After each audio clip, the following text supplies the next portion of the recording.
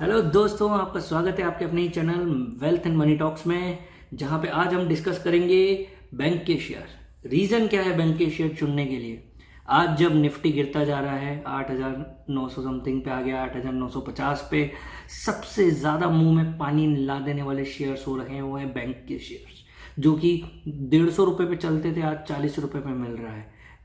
Bajaj finance 4,500 का share 1,800 में मिल रहा है। HDFC 1400 का शेयर 750-800 में मिल रहा है। ICICI 550 का शेयर 290 में मिल रहा है। क्या वजह है कि बैंकिंग के शेयर्स नीचे गिर रहे हैं? क्या निवेश करना चाहिए या नहीं करना चाहिए? गौर से देखिए, ये वीडियो देखिएगा, एंड में बहुत अच्छा एनालिसिस है, आपको भी मज़ा आएगा। बट शुरू करने से पहले रिक्वेस्ट है, चैनल को सब्सक्राइब करिए, वीडियो अच्छा लगे तो लाइक करिएगा, जेन्युइन इन्फॉर्मेशन कीजिए। कोई भी क्वेरी हो तो कमेंट सेक्शन में आप कमेंट कर सकते हैं, मैं रिवर्ट करूँगा। Thank you. तो शुरू करते हैं अपना वीडियो, जिन पे वो करी जाती है। सबसे बड़ा पॉइंट जो होना चाहिए वो ये होना चाहिए कि कंपनी प्रॉफिट बना रही है नहीं बना रही है। ठीक है, बैंक्स इसी के हिसाब से बैंक भी काम करता है, और बैंक के कुछ पैरामीटर्स होते हैं जिसपे अगर वो खरा उतरता है तो हम ये बोल सकते हैं कि वो एक हेल्दी बैंक है। मतलब उसमें हम निवेश करेंगे तो हमारा पैसा डूबेगा नहीं। ठीक है, तो स्टार्ट करते हैं। सबसे पहला होता है, एक होता है net income, net interest income, जिसको बैंक आम लोगों को ब्याज देता है, आम लोगों को लोन देता है। लोन किस पे देता है? वो एक ब्याज पे देता है। ठीक है, और बैंक दूसरे जो खाता धारक हैं उनसे पैसे डिपॉजिट करवाता है, उस पर ब्याज देता है। तो जो ये ब्याज का लेन देन है, जो बैंक से लोन लेते हैं और जो लोग बैंक में डिपॉजिट करते हैं, इसमें जो ब्याज का लेन देन है, इसको इस लेन देन को इंग्लिश में बोला जाता है नेट इंटरेस्ट इनकम। इसी के थ्रू बैंक की कमाई होती है। तो ये जितना ज़्यादा होता है नेट इंटरेस्ट इनकम, उतना ही बैंक की कमाई ज़्यादा अच्छी हो रही है। याद रखिए, जितना ज़्यादा नेट इंटरेस्ट इनकम, उतना ज़्यादा बैंक की हेल्थ अच्छी है। दूसरा होता है टोटल डिपॉजिट। देखिए, डिपॉजिट 3 टाइप के होते हैं: करंट डिपॉजिट, सेविंग्स डिपॉजिट और फिक्स्ड डिपॉजिट। इंडिया में अगर आप देखोगे तो करंट डिपॉजिट पे 0% ब्याज मिलता है। सेविंग्स डिपॉजिट पे 4 से 6% मिलता है, जो शायद अब थोड़ा कम हो गया RBI की गाइडलाइन के बाद। तीसरा है फिक्स्ड डिपॉजिट, जिस पे 7 से 8% मिलता है। तो ये जो डिपॉजिट है, ये जितने ज़्यादा होंगे उतना बैंक के पास पैसा उनके अकाउंटों में रहेगा। किसी भी बैंक की एक ब्रांच में रहेगा, उसके अकाउंट में उतना पैसा रहेगा। तो जितना पैसा रहेगा उसमें से कुछ पैसा वो यूटिलाइज कर सकता है लोन देने के लिए। तो जितना ज़्यादा ये होगा टोटल डिपॉजिट, उतना बैंक को फायदा होगा। तीसरा आता है टोटल एडवांसेस। एडवांसेस कुछ नहीं होते, एडवांस मतलब किसी को पैसा दे रखा है, दैट इज लोन। लोन की जो लोन बैंक देता है, उसी को बैंक एडवांस बोला जाता है। इस पर बैंक ब्याज चार्ज करता है, जो बैंक का असेट होता है। जिसको बैंक लोन देता है वो ये उम्मीद में देता है कि ये मेरे को अगर बैंक ने किसी को, एक इंसान को 1,000 रुपये का लोन दिया, तो इस उम्मीद में दिया कि वो 1,000 रुपये की जगह 1,050 कमा लेगा। तो ये वो आदमी या वो कंपनी या वो जो भी कंपनी, आदमी, ह्यूमन, जो भी एंटिटी होगी, वो एक असेट होता है बैंक के लिए, उसे बोला जाता है असेट। फिर आती है बैलेंस शीट। बैलेंस शीट होती है, बैलेंस शीट मतलब कंपनी का असेट और लायबिलिटी का डिफरेंस, मतलब गुणा भाग अगर हम करते हैं जब, तो जो बैंक में कितना उसने पैसा दे रखा है, कितना पैसा उसके पास आना है, और कितनी उसके ऊपर लायबिलिटी, मतलब उसको कितनी उसकी कमाई होनी है और कितना खर्च होना है, इन दोनों का डिफरेंस जो है वो बैलेंस शीट के अंदर आता है। इसके बाद एक होता है कैपिटल एडिक्वेंसी रेशियो। फिर आता है कैपिटल एडिक्वेंसी रेशियो। इससे एक उदाहरण से समझते हैं। जब बैंक के पास 100 रुपये होते हैं अपने अकाउंट के अंदर या उसके ब्रांच के अंदर, तो वो पूरे के पूरे 100 रुपये का लोन पास नहीं करता। ठीक है, वो कुछ अमाउंट अपने पास रखता है, जिससे वो अपना खर्चा पानी चलाता है। जो बैंक की ब्रांच चलाती है, उसको बोला जाता है कैपिटल एडिक्वेंसी रेशियो। ठीक है, इससे ये एक इसका पैरामीटर होता है जिसके ऊपर से बैंक की हेल्थ का कंडीशन पता पड़ती है। इसके बाद आता है ग्रॉस और नेट NPA। ये बहुत ध्यान से सुनिएगा, ग्रॉस और नेट NPA बहुत बड़ा पैरामीटर होता है। ये NPA का मतलब है नॉन परफॉर्मिंग असेट्स। इस वीडियो में मैंने आपको बताया कि बैंक के असेट कौन होते हैं जिनको वो लोन देता है। वो इंसान हो सकते हैं, कॉरपोरेशंस हो सकते हैं, इंडस्ट्रीज हो सकती है, कंपनीज हो सकती है। अब बैंक जब इनको लोन दे देता है तो वो उनके हो जाते हैं असेट। अगर वो जिन लोगों को या जिन कंपनियों को, जिन कॉरपोरेशंस को बैंक ने लोन दिया है, वो लोन वापस नहीं कर पाएंगे, तो वो नॉन परफॉर्मिंग असेट कहलाने लगते हैं। उन्हें कहा जाता है नॉन परफॉर्मिंग असेट।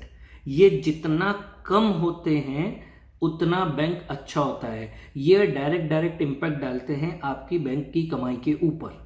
बैंक की कमाई के ऊपर मतलब अगर किसी ने लोन, बैंक ने किसी को लोन दिया और जब वो पैसा नहीं वापस लौटा पा रहा है तो बैंक की कमाई वहाँ पे मर जाती है। तो जितने कम नॉन परफॉर्मिंग असेट्स होंगे, एनपी होंगे, उतना बैंक हेल्दी परफॉर्म करेगा, उसकी कमाई उतनी अच्छी होगी, उसका प्रॉफिट उतने ज़्यादा अच्छे होगा। इसके बाद आता है Kasa ratio. Kasa, CASA, Kasa ratio. Kasa जो है वो करंट अकाउंट से वर्सेस सेविंग अकाउंट का एक रेशियो होता है। रेशियो मतलब अनुपात। करंट अकाउंट एक बैंक में कितने हैं वर्सेस सेविंग अकाउंट कितने में। इसका रीजन क्या है मैं बताता हूँ। देखिए पैसा दोनों में रहता है, करंट अकाउंट में भी सेविंग अकाउंट में। फर्क ये है कि करंट अकाउंट में बैंक को ब्याज नहीं देना पड़ता है, सेविंग अकाउंट में बैंक को ब्याज देना पड़ता है। तो अगर करंट अकाउंट ज़्यादा है, ज़्यादा मनी पड़ा है और सेविंग अकाउंट कम है तो उसमें क्या होगा, उसके पास जो टोटल डिपॉजिट होगा, याद करिए मैंने थोड़ी देर पहले आपको टोटल डिपॉजिट बताया था, तो वो टोटल डिपॉजिट ज़्यादा होगा और बैंकों को उसके मुकाबले ब्याज जो है वो सिर्फ सेविंग अकाउंट पे देना पड़ेगा। तो ज़्यादा अमाउंट में कम ब्याज देना पड़ेगा। तो मतलब जितना ज़्यादा कासा रेशियो होगा, 1 से ऊपर जितना ज़्यादा होगा, 10-15, वो उतना हेल्दी होगा। ठीक है, और जितना कम कासा रेशियो उतना ही हानिकारक बैंक की हेल्थ होगी। आगे बढ़ते हैं। फिर आता है सेगमेंटल रेवेन्यू। देखिए एक बैंक के अंदर अलग अलग डिपार्टमेंट समझ लीजिए, वर्टिकल्स समझ लीजिए जो काम करते हैं। जैसे कि एक होता है जो सिर्फ सेविंग अकाउंट देखता है, एक होता है कम कॉर्पोरेट अकाउंट, फिर होता है क्रेडिट कार्ड का, एक होता है डीमैट अकाउंट वाले। ठीक है, तो ऐसे अलग अलग होते हैं। इन सबका एक टारगेट होता है कि हमें इतनी कमाई करके देना है, तो वो उस कमाई को लेकर के वो पर्टिकुलर एक सेगमेंट बन जाते हैं और उन सेगमेंट पे ये लोग काम करते हैं जिसके थ्रू इनकी कमाई होती है, बैंकों की कमाई होती है। उसके बाद एक आता है रिटेल वर्सेस होलसेल। क्या बैंक आपका होलसेल में काम करता है, रिटेल में काम करता है? होलसेल बैंक्स वो होते हैं जो कि आम ग्राहक, आम कंपनियों की बजाय बैंकों को ही डील करते हैं, बैंक डील करते हैं, वो होलसेल बैंकिंग होती है। Retail banking ICICI, HDFC bank, SBI, ये सब रिटेल बैंकिंग में आते हैं। इसके बाद एक और बहुत बड़ा फैक्टर जो कि बैंक के शेयर प्राइस को डिफाइन करता है वो है उसका ज्योग्राफिकल प्रेजेंस। एक बैंक, उसकी कहाँ कहाँ कितनी कितनी ब्रांचेस हैं, वो कितना कितना अवेलेबल है, वो सब उसमें बहुत मैटर करता है। टोटल मैंने आपको भी 10 पॉइंट्स बताए हैं। जब भी आप कोई बैंक का निवेश करें, जब भी आप कोई बैंक का शेयर खरीदें, तो सबसे पहले ये 10 पॉइंट के ऊपर उसका पैमाना करिए। ये एक मोटा मोटा एक एनालिसिस है। इसके अलावा जो पॉइंट्स होते हैं जैसे कि प्रमोटर की होल्डिंग्स कितनी है उस बैंक के अंदर, प्लेज्ड शेयर कितने हैं, देन ROE परसेंट कितना जो होता है, return on equity, return on ROCE percentage कितना है, ये कुछ चीज़ें होती है जो हमें देखना होती है। बट जो सबसे बड़ा फैक्टर होता है जो बैंक के शेयर की प्राइस को ऊपर नीचे कर देता है वो होता है NPA, कासा रेशियो, डिपॉजिट्स और उसकी नेट इंटरेस्ट इनकम। अब नेट इंटरेस्ट इनकम देखिए क्या है कि वो कैलकुलेट आप अगर, और ये सारा डेटा आपको कहाँ से मिलेगा, ये सारा डेटा आपको मनी कंट्रोल वेबसाइट या कोई सी भी फाइनेंशियल वेबसाइट है, बिजनेस स्टैंडर्ड हो गई, फाइनेंशियल एक्सप्रेस हो गई, moneycontrol.com हो गए, इन पे आपको ये सारा डेटा मिल जाएगा, फ्री में अवेलेबल है। आप जा सकते हैं नीचे। अगर आपको और डिटेल में सीखना है कि हमको पढ़ते नहीं आ रहा तो मुझे कमेंट बॉक्स में कमेंट करिए, मैं आपको पूरा एक वीडियो 2 या 3 बैंकों की इन सारा पैरामीटर के हिसाब से एनालिसिस करके बताऊंगा।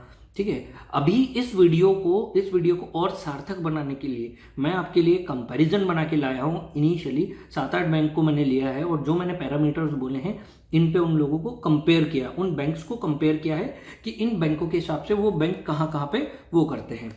मैंने जो बैंक्स लिए हैं वो है SBI, ICICI bank, HDFC bank, Kotak Mahindra bank, bank of Baroda, union bank, axis bank और इंडसइंड बैंक। टोटल मेरे पास अभी 8 बैंक्स हैं और मैंने इन 8 बैंक को हमारे जो पैरामीटर्स हैं उन पे मैप किया है। देखिए मैंने net interest income, total deposit, advances पे नहीं किया है क्योंकि ये सब क्या छोटे छोटे पैरामीटर है। आप इनको प्लस माइनस करेंगे तो आपका प्रॉफिट आफ्टर टैक्स आ जाएगा, तो आप उस पर देख सकते हैं। ठीक है, अगर मैं सबसे पहले जो बात करूं जो हमारे क्रिटिकल पैरामीटर्स हैं, जैसे एक हो गया कैपिटल एडिक्वेंसी रेशियो, जो जितना ज़्यादा अच्छा होता है उतना ही प्लस में होता है। और अगर आप जो टेबल देख रहे हैं उसके हिसाब से देखा जाए तो HDFC बैंक का 19% कैपिटल एडिक्वेंसी रेशियो है और उसके बाद 17% कोटक महिंद्रा का है, हम मानते हैं, और ICICI का 16, एक्सिस बैंक का 18, इंडसइंड बैंक का 15, हम 15% को मोर और लेस सेफ साइड मानते हैं। उसके बाद जो मैंने एक फैक्टर बताया था, देखिए लाल में मैंने भी कर रखा है ग्रॉस एनपीए, नेट एनपीए, ये तो हमने लाल में कर रखे हैं। ये लाल में क्यों, ये जितना कम है, ये जितना कम है उतना बैंक पॉजिटिव है, प्रॉफिट में है। आप अगर गौर से देखिए, gross NPA state bank of India के 6.94% पर है, आईसीआईसीआई के 5.53% पे है, एचडीएफसी के 1.26% पे है, Kotak Mahindra 2.16, bank of Baroda 10%, union bank 15%। अगर आपने इन दोनों बैंकों में लगा रखा है पैसा तो मैं यही कहता हूं मौका देख के एवरेज आउट करिए शेयर प्राइस को और निकल लीजिए अभी। हालांकि बैंक ऑफ बड़ौदा के बारे में एक और मैं आपको डिटेल में एक वीडियो बनाऊंगा, उसमें बताऊंगा इनका जो एनपीए परसेंट था वो नवंबर दिसंबर में 12 या 13% था। इन लोगों ने प्रोविजनिंग करके लॉस दिखा करके अपने को 10% पे लाए, बट अभी भी इनको अगले 3 या 4 क्वार्टर लगेंगे दूसरों के कंपैरिजन में आने पे। वहीं एक्सिस बैंक आप देखिए बहुत अच्छा बैंक है प्राइवेट सेक्टर का, बट उसका एनपीए देखिए 4.86% है। ये इन बैंकों की नेगेटिव है। अगर आप इनमें लगाएंगे, आप इनका शेयर प्राइस देख लीजिए, जहां मार्केट ऊपर नीचे होता है सबसे पहले इन्हीं के शेयर प्राइस नीचे गिरते हैं। आज आप देखिए इसका मार्केट कैपिटलाइजेशन एक्सिस बैंक का उसके मुकाबले ये कहां पर खड़ा हुआ है, 334 रुपए के अराउंड इसकी प्राइस है। फिर आता है आपका नेट एनपीए। ग्रॉस और नेट में क्या होता है, ग्रॉस हमेशा नेट से बड़ा होता है, इंग्लिश का वर्ड है नेट होता है, वो छोटा होता है ग्रॉस से। नेट एनपीए क्या है 2.65%, 1.45%। एचडीएफसी बैंक गौर करने वाली है दोस्तों, 0.36% पे एचडीएफसी बैंक है, 0.70 पे कोटक महिंद्रा बैंक है, बैंक ऑफ बड़ौदा 3% पे है, यूनियन बैंक उसमें 7% पे है, एक्सिस बैंक 1.56 है और 1% पे इंडसइंड बैंक है। कासा रेशियो मैंने आपको हमेशा बताया, कासा रेशियो जितना ज्यादा होगा उतना बैंक के लिए अच्छा होगा। अगर आप पूरी टेबल में देखेंगे तो कासा रेशियो सबसे ज्यादा कोटक महिंद्रा का है और उसके बाद एचडीएफसी है। वहीं सबसे खराब अगर देखा जाए तो वो बैंक ऑफ बड़ौदा का है। हालांकि मुझे यूनियन बैंक का जो कासा रेशियो मिला नहीं इसलिए मैंने वो छोड़ दिया है, बट आप अंदाजन लगा सकते हैं, मतलब पैमाने पे देखा जाए तो बैंक ऑफ बड़ौदा अभी तक सारे पैमाने पे गलत ही साबित हुआ है।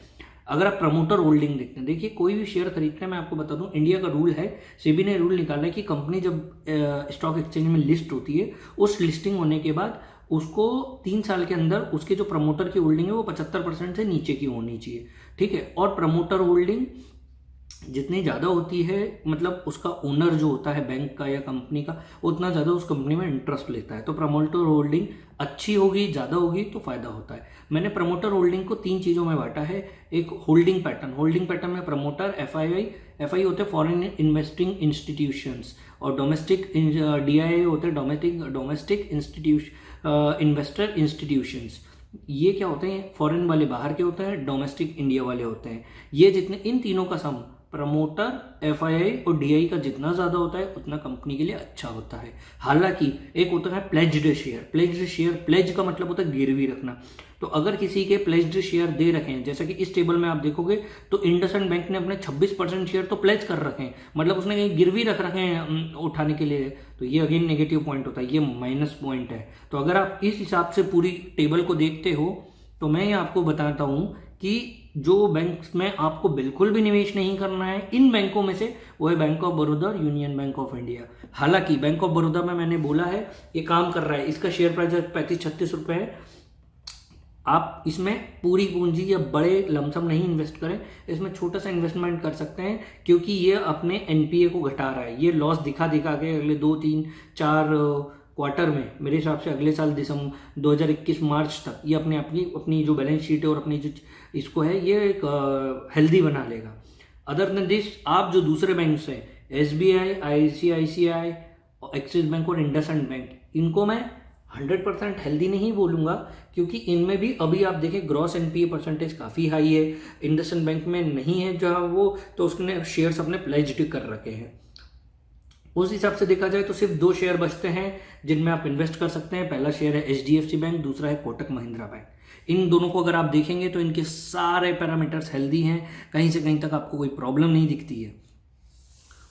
ये मैंने आज एक छोटा सा वीडियो बनाया है आप लोगों को समझाने के लिए कि कोई भी बैंक का शेयर खरीदने से पहले इन चीज़ों की, इन तथ्यों को जांच ले, क्योंकि आज के वक्त में सबसे ज़्यादा जो मुंह में पानी ला देने वाले हैं वो है बैंक के शेयर। आपको लगता है 52 वीक हाई है 300 रुपये, आज 30 रुपये में मिल रहा है। कुछ रीज़न है जिसकी वजह से वो 300 रुपये से 30 रुपये पे 40 रुपये पे आ गया।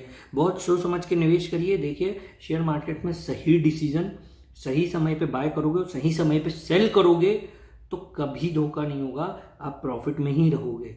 शेयर मार्केट जोखिम वाला बिजनेस है, बट जोखिम हर जगह है। अगर आप कैलकुलेटेड रिस्क लेंगे तो आपको फायदा ही फायदा होगा। वीडियो अच्छा लगा हो तो लाइक करिए। शेयर मार्केट से जुड़ी जानकारी के लिए चैनल को सब्सक्राइब करिए। वीडियो अच्छा लगा हो तो लाइक करिए और हाँ, दूसरों की मदद करते चलिए। Thank you.